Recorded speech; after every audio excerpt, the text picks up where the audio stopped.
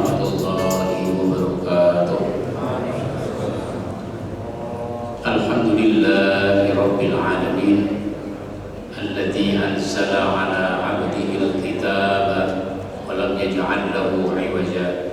Asyhadu an la ilaha illallah wahdahu la syarika lah wa asyhadu anna Muhammadan 'abduhu wa rasuluhu la nabiyya ba'da. Amma ba'd.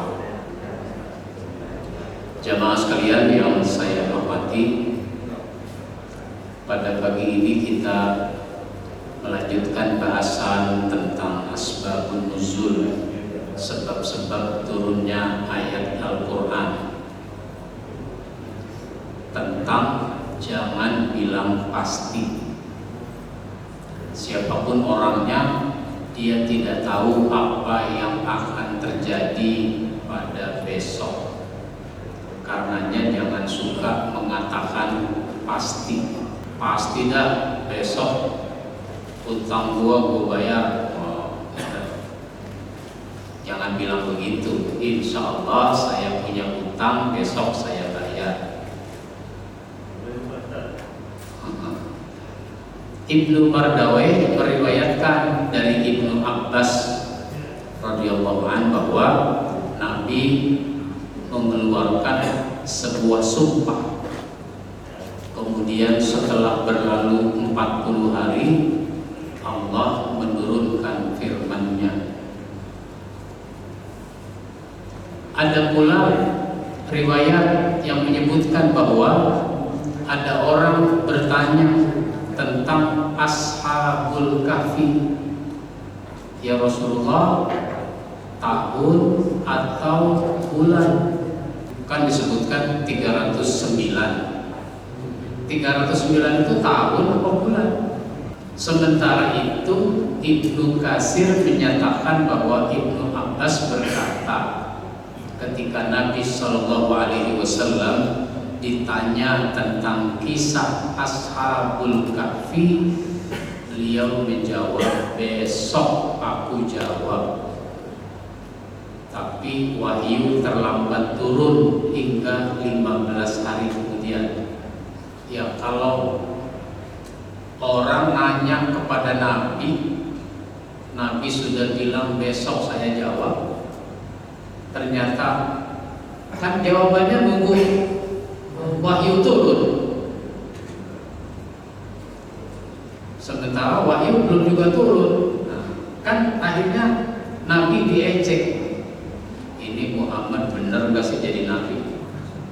Masa bilangnya hari ini belum juga ada jawaban, udah seminggu belum juga ada jawaban, udah 10 hari belum juga ada jawaban, baru 15 hari turun ayat.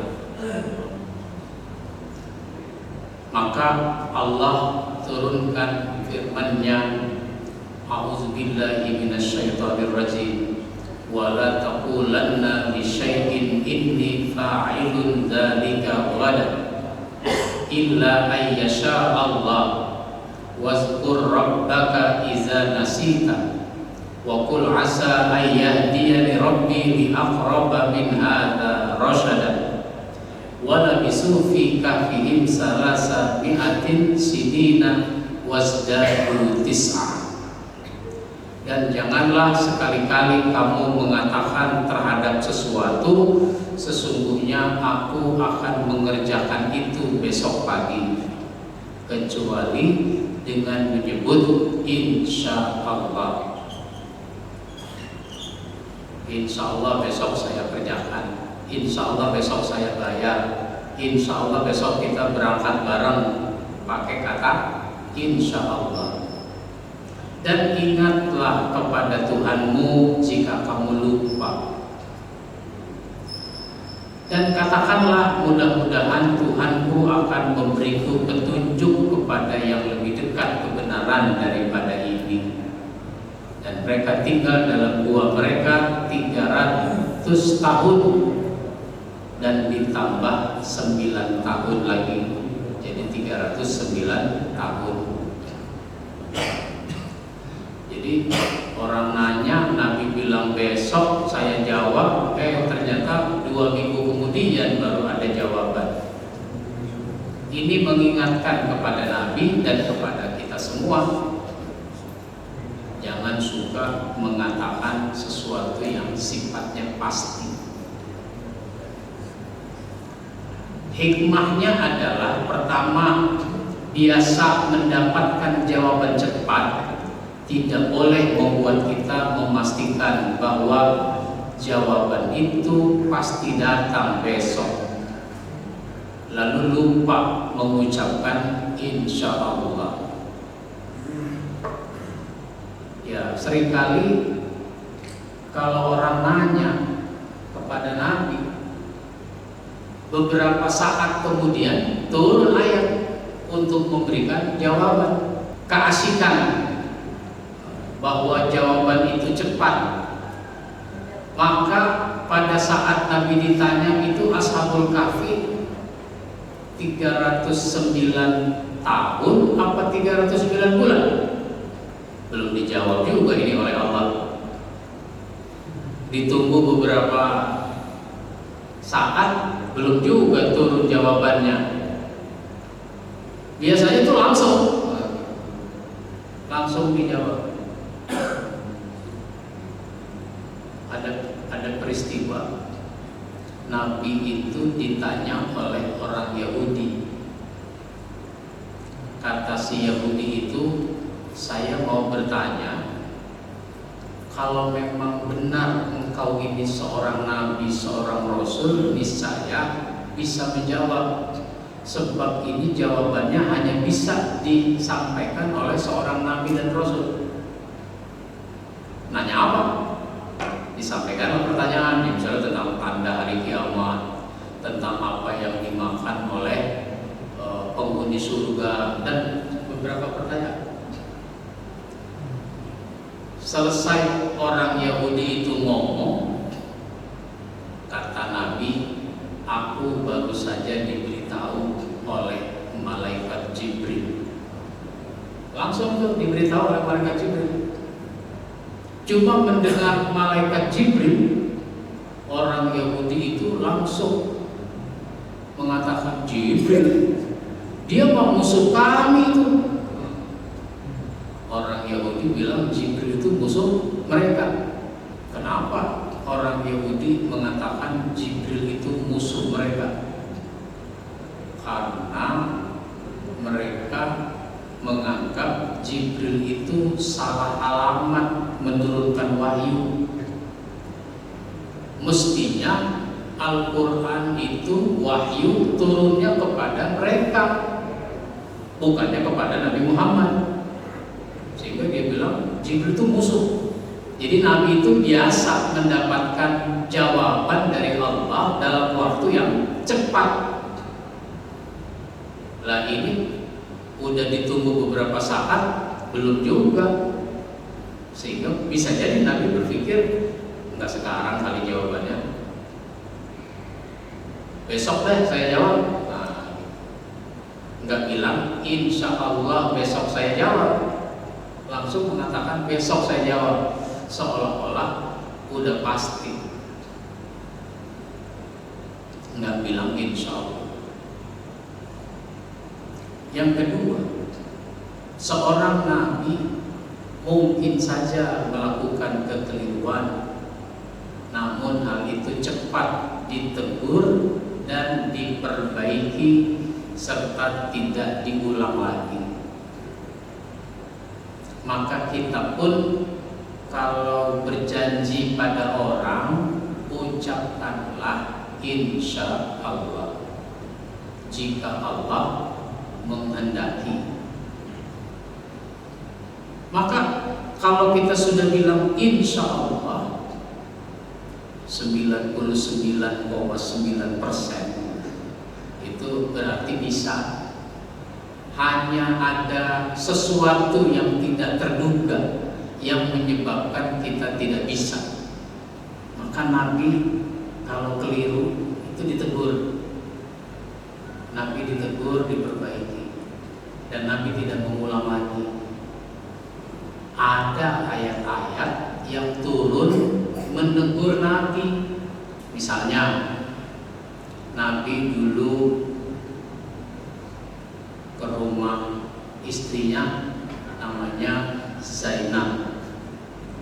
Nanti dari rumah Zainab ke rumah Hafsah, dari rumah Hafsah ke rumah Aisyah, dan seterusnya. Nabi itu kalau ada di Madinah, nggak kemana-mana lagi, nggak ada urusan, sore-sore itu Nabi mendatangi istri-istrinya sebentar-sebentar. Kira-kira kalau dihitung rata-rata habis asar sampai maghrib itu rata-rata 15 menit. Ke rumah Zainab 15 menit, ke rumah Hafsah 15 menit, ke rumah Aisyah 15 menit, dan seterusnya. Terakhir disitulah beliau bermalam. Cuma waktu ke rumah Zainab ternyata Nabi menyita waktu cukup lama, mungkin setengah jam. Kenapa? Karena ada persoalan yang dibicarakan. Zainab menyampaikan masalah itu dibicarakan sehingga butuh waktu lebih lama dari biasanya. Dan di rumah Zainab Rasulullah disuguhi minuman berupa madu. Diminum itu madu. Setelah itu nggak kumur-kumur lagi, langsung ke rumah Hafsah.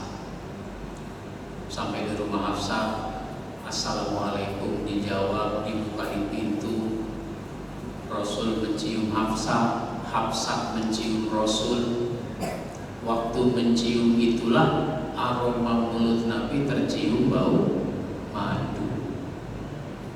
Sehingga Hafsah tahu sebenarnya kalau ini bau madu, tapi dia pengen nyindir, ngomongnya pengen nyindir.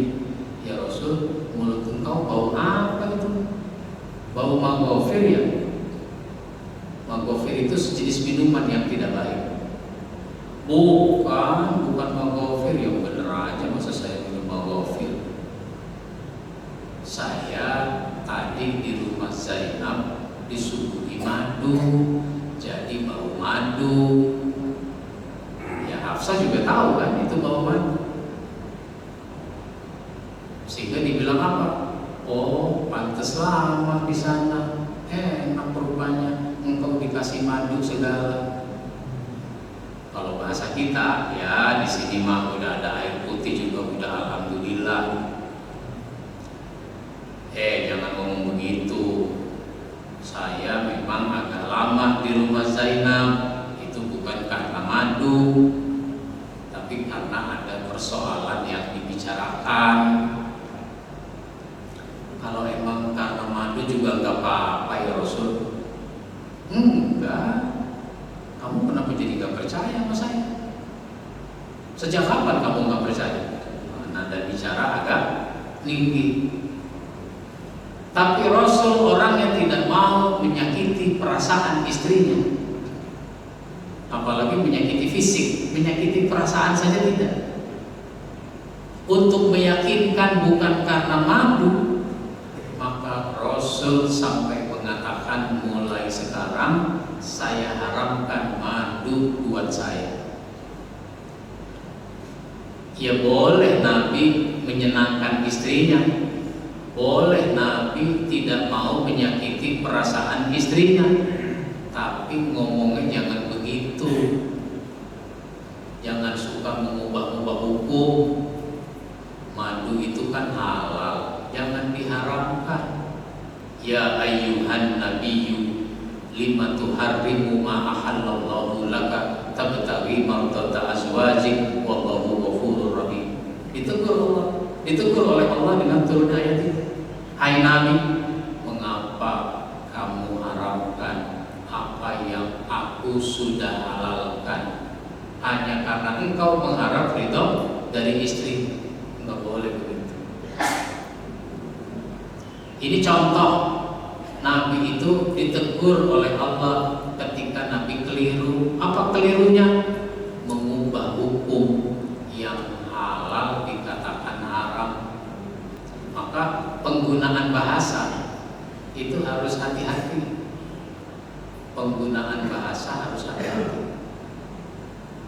Makanya kalau orang lagi bikin peraturan, bikin undang-undang, itu utak-atik bahasa tuh diantaranya.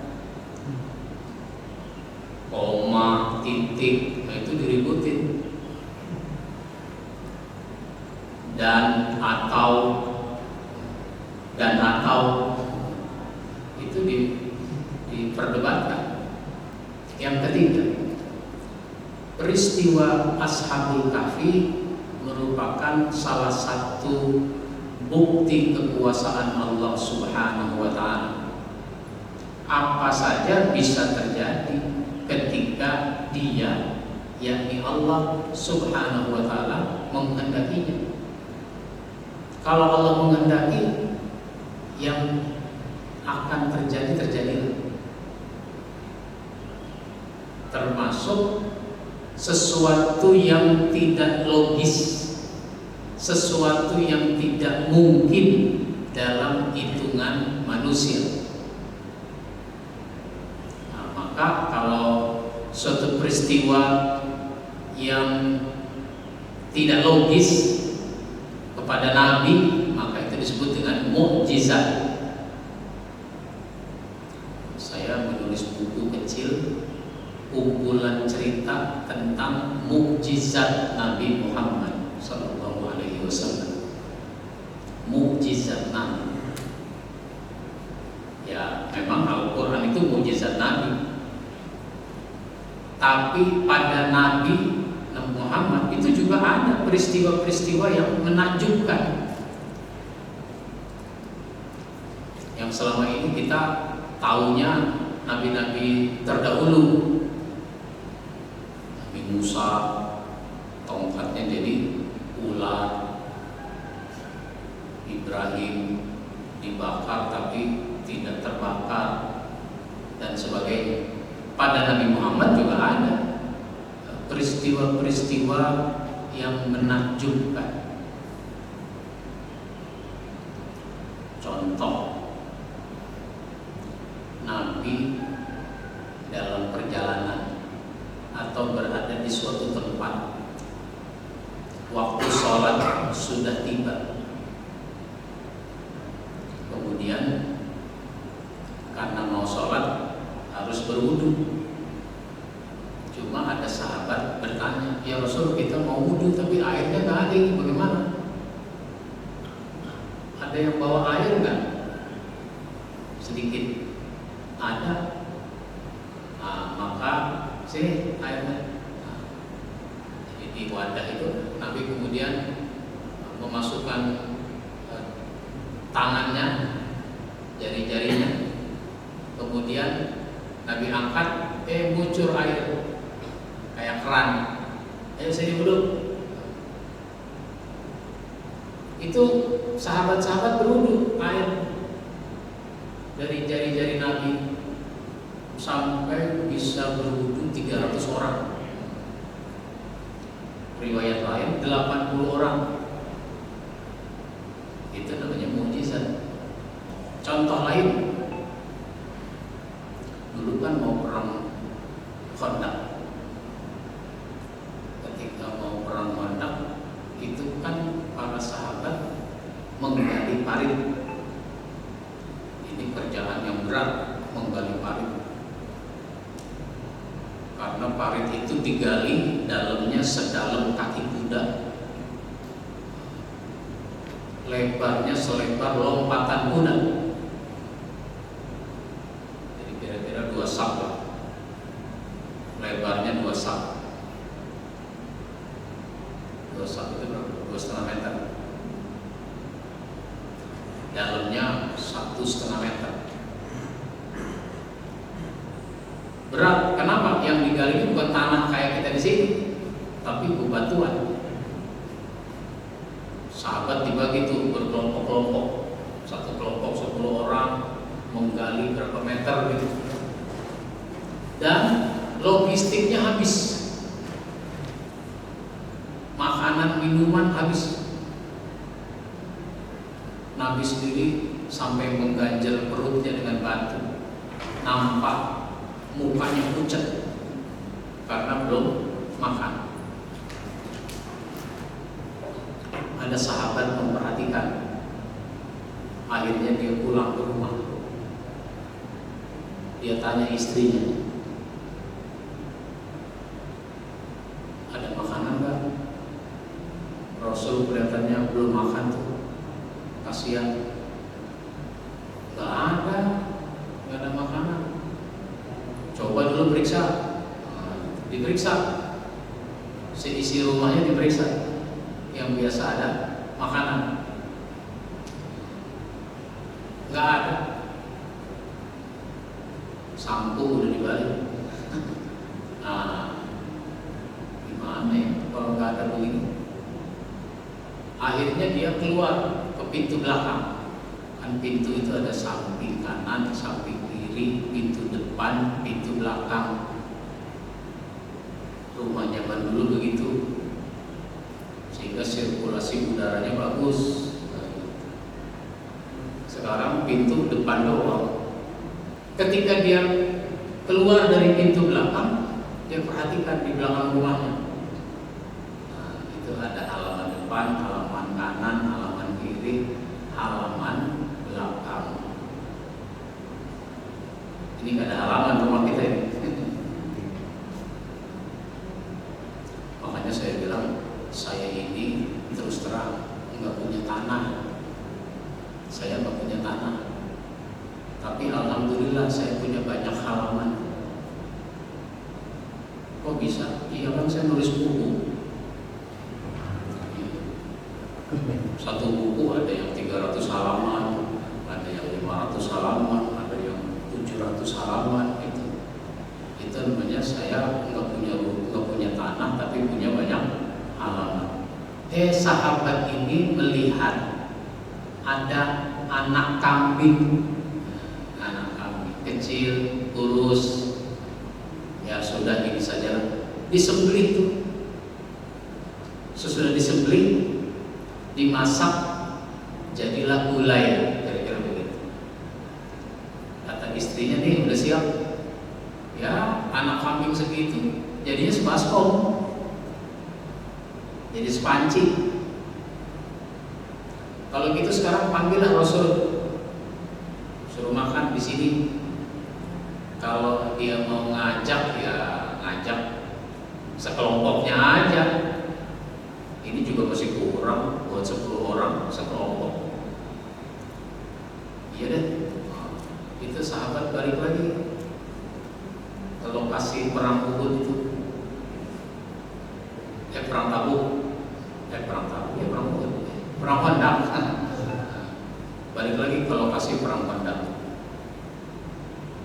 Ngomong dia bisik-bisik supaya yang lain nggak dengar.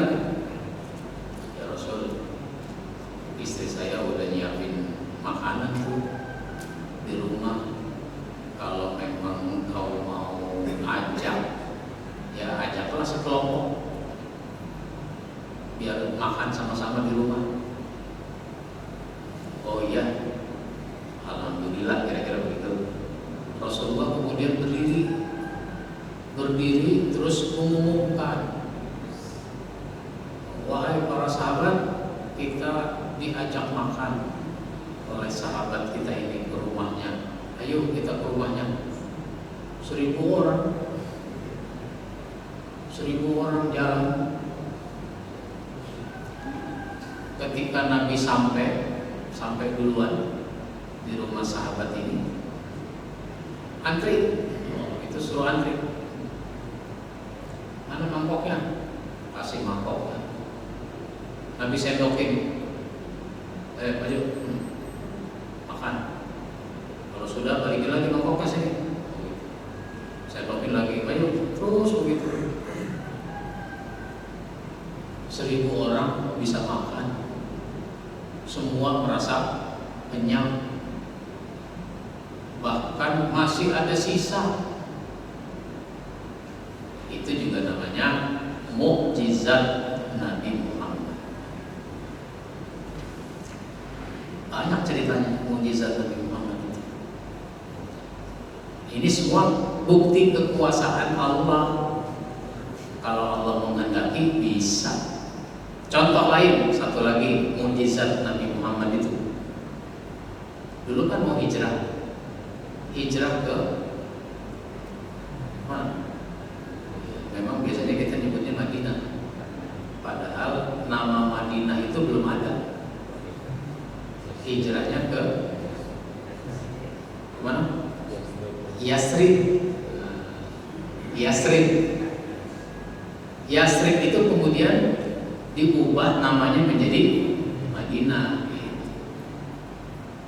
Itu biasa, mengubah nama wilayah itu udah biasa sampai sekarang. Waktu Nabi hijrah,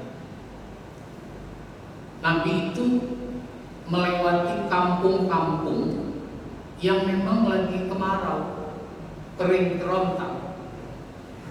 Nabi pun kehabisan minuman, kehabisan perbekalan. Lalu mampir ke satu kampung.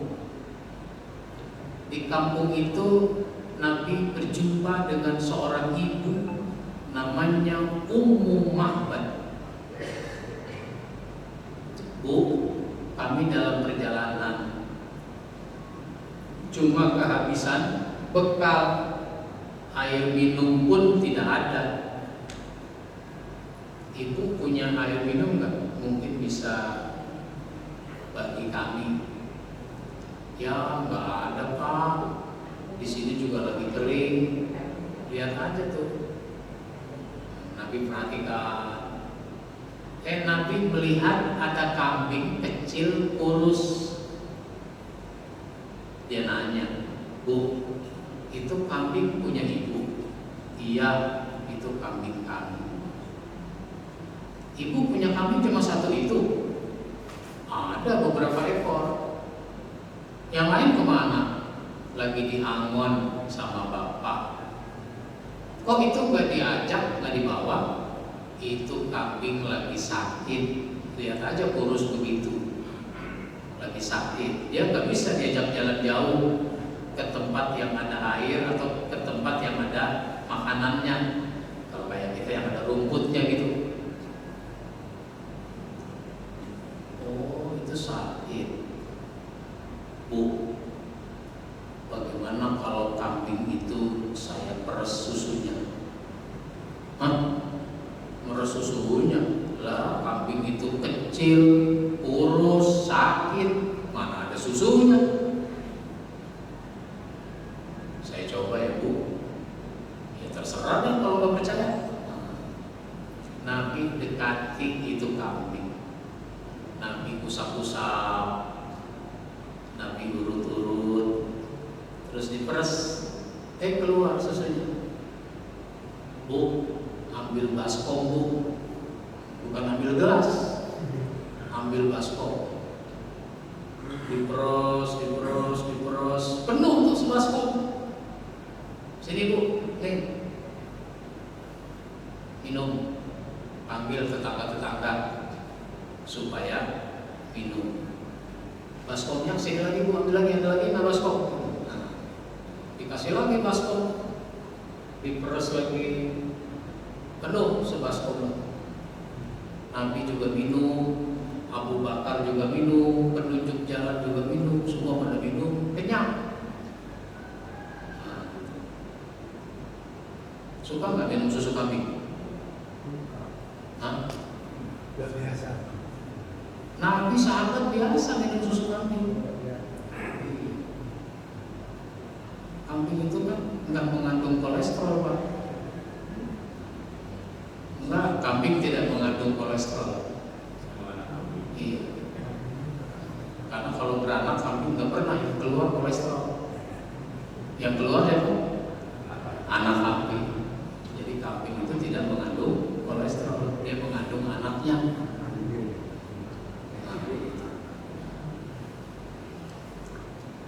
Maka ketika Rasul sudah berangkat menuju Yasrib itu, suaminya pulang tuh. Sore hari suaminya pulang. Heran dia, loh ini ada susu. Iya tadi tuh ada orang lewat, nggak tahu siapa. Kambing kita yang kurus kecil itu diperes susunya. Mekah. Dia namanya Muhammad itu. Kita beriman kepadanya. Kita beriman kepadanya. Ini contoh. Baik. Ada pertanyaan? Ada tanggapan? Silakan. Ya.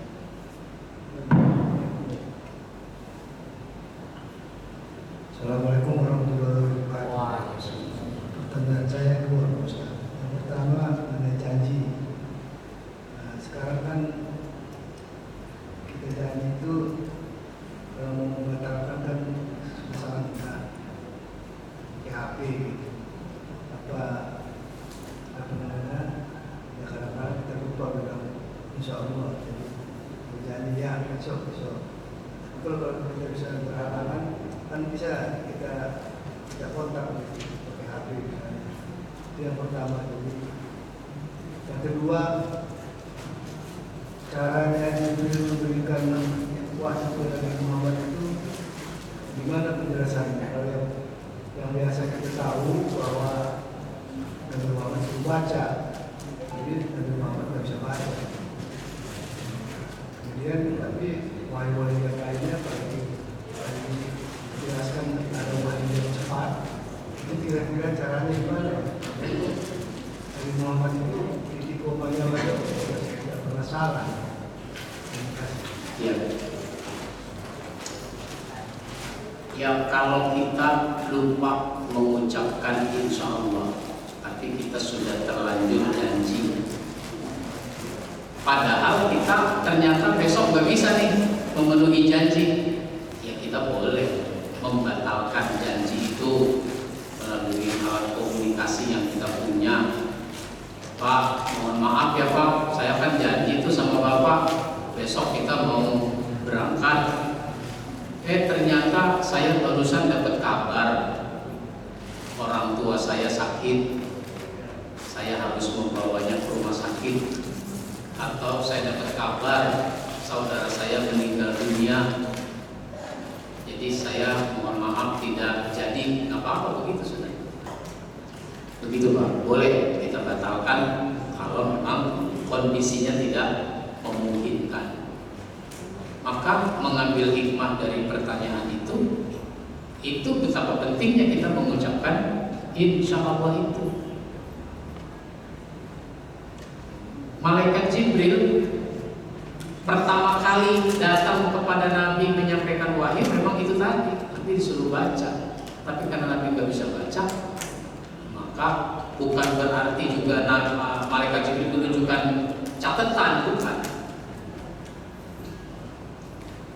Untuk memastikan bahwa Nabi memang tidak bisa baca, maka malaikat Jibril membacakan, Nabi ngikuti. Selanjutnya begitu, malaikat Jibril itu kalau datang menemui Nabi, beliau diminta mengikuti bacaan. Ini ayat yang turun, Nabi disuruh ikut membaca. Jadi Nabi Muhammad itu sampai akhir hayatnya tidak seperti baca atau gimana Pak? Iya, sampai akhir hayatnya nggak bisa baca teks, nggak bisa baca tulisan. Tapi jangan diukur dengan sekarang. Orang kalau buta huruf kayaknya terbelakang gitu. Orang buta sebelum ada Braille, orang buta juga nggak bisa baca. Tapi orang buta bisa memberi fatwa, ilmunya banyak, kayak Syekh bin Baz. Kalau sekarang ini kan logikanya gampang betulnya. Misalnya istilahnya kayak PHP itu sepenuhnya aja.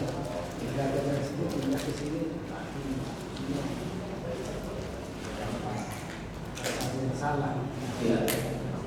Jadi Nabi itu kalau menerima wahyu, Nabi harus langsung hafal. Pernah Nabi dapat wahyu, dia khawatir malaikat segera pergi, padahal dia belum hafal. Maka Nabi bacanya cepat-cepat. Maka Nabi ditegur, baca Quran itu jangan terlalu cepat. Yang tartil, baca itu yang tartil, jangan terlalu cepat. Ya saya nggak tahu, ada orang katanya hatam sehari 2 kali 30 juz, itu gimana cara bacanya saya nggak tahu. Karena baca juga harus tartil. Maka malaikat itu menyampaikan sampai Nabi hafal, baru Nabi pergi. Dan baru malaikat itu pergi meninggalkan Nabi. Baik, ada lagi? Bismillah. Mohon izin tanya sedikit mengenai dari disinggung surat Al-Kahfi. Rasulullah kan kita juga sama pemerintah, apakah menjawabnya dengan insya Allah atau enggaknya itu pertanyaan tentang kisah Al-Kahfi itu. Ditanya juga tentang kisah Zulkarnain di ayat 83 sampai 89. Kemudian juga ditanya tentang Nabi Khidir, apakah beliau menjawab dan insya Allah atau tidak. Yang kedua, mohon saya pencerahan, sampai sekarang saya belum bisa menangkap tentang intisari dari surat Al-Kahfi itu. Sebetulnya itu kejadian kahfi yang 3 orang itu sebelum Nabi Isa. Saya pernah ke sana. Gaibnya mengatakan ini adalah umat setelah Nabi Isa meninggal. Saya sholat di atas ada masjid, begitu perintah imamnya mengatakan ini sebelum kisah sebelum Nabi Isa. Jadi berarti zamannya Nabi Yahya atau Zakaria. Itu yang benar yang mana? Kemudian apa sebetulnya intisari dari Al-Kahfi ini? Loncat dari urusan Al-Kahfi lari lagi ke kasusnya Khidir, Nabi Khidir sama Musa, loncat lagi ke urusan Zulkarnain. Yang Zulkarnain pun sampai sekarang masih misteri, siapa, di mana, kapan gitu. Semua berbeda pendapat. Demikian, terima kasih. Baik. Ketika Nabi ditanya, kan kasus insya Allah itu cuma satu itu ya. Nabi kan ada kalanya diberi jawaban langsung. Saat itu juga orang nanya langsung diberi jawaban. Kalau yang kasus soal nanya Al-Kahfi berapa tahun atau berapa bulan, maka Nabi langsung mengatakan besok saya jawab. Karena udah ditunggu beberapa saat belum juga ada jawaban. Besoklah saya jawab, nggak pakai kata insya Allah. Maka sejak teguran ini, ya selanjutnya kalau Nabi ditanya dan jawabannya belum langsung ada,